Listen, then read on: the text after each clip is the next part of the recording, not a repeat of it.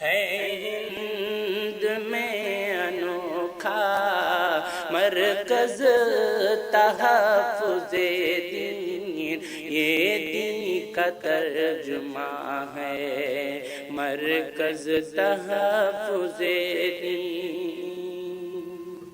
اب یہ علماء آگے بڑھے اور انہوں نے ٹھیک 1857 کے 9 سال کے بعد 1866 میں دارالعلوم دیوبند کی بنیاد رکھی، اور بالکل اسی طرح سے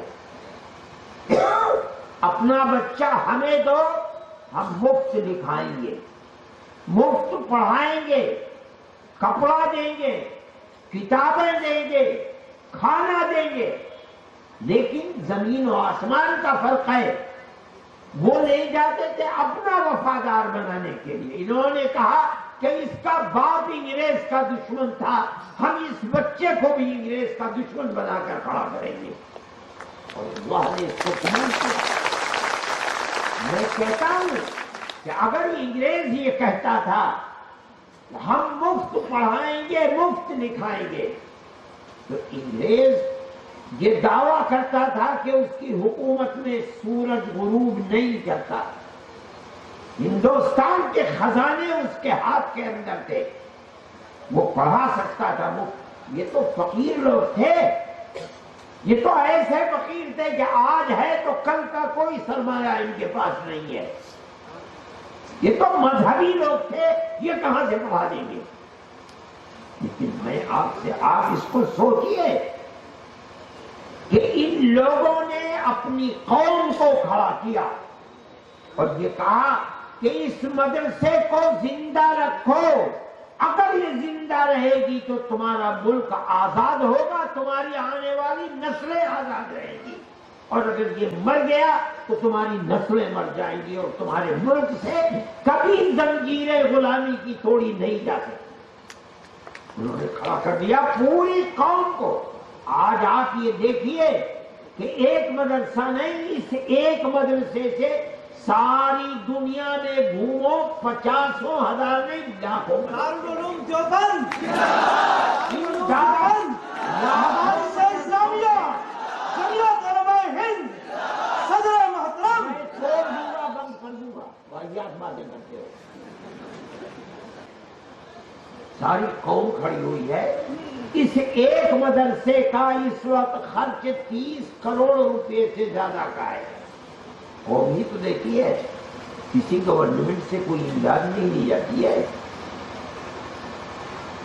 ایک مدرسہ نہیں، ہزاروں مدرسے تو ہندوستان کے اندر۔ آپ دنیا کے کسی ملک میں امریکہ میں چلے جائیے، ساؤتھ افریقہ میں چلے جائیے، برطانیہ میں چلے جائیے، ادھر آسٹریلیا میں چلے جائیے، جس ملک میں جائیے، آپ کو یہاں سے پڑھے ہوئے، چاہے یہاں کی اولاد یا اولاد کی اولاد روحانی یا ان کی اولاد آپ کو ملے گی جو مدرسوں کو چلا رہے ہیں۔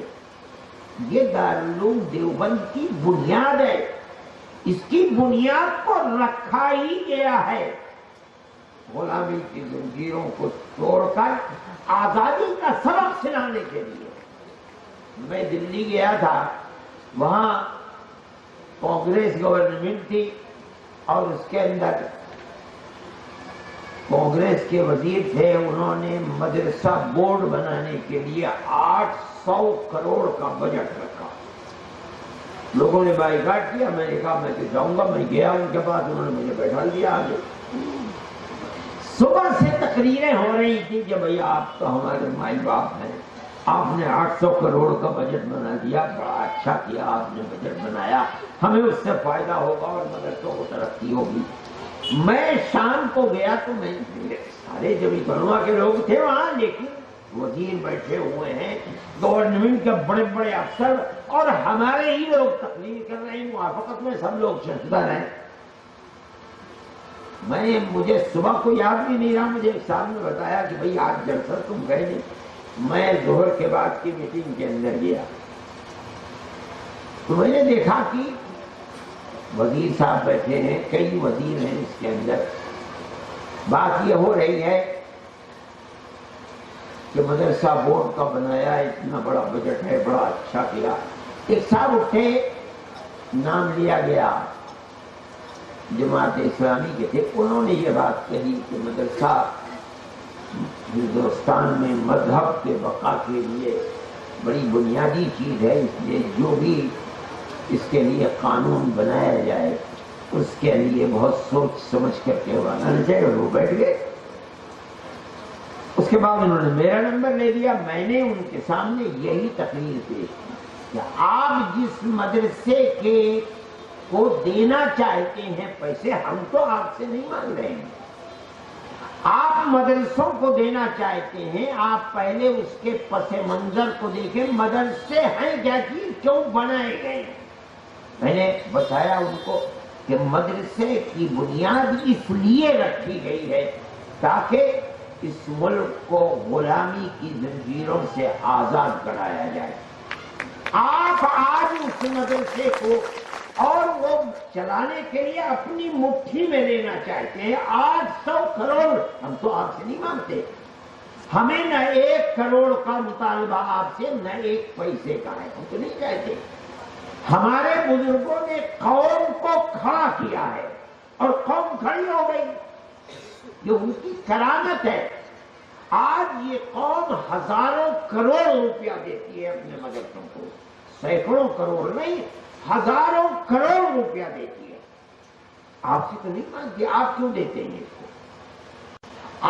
ہم مانتے ہیں اگر آپ دیں گے تو آپ کل وصول بھی کریں گے.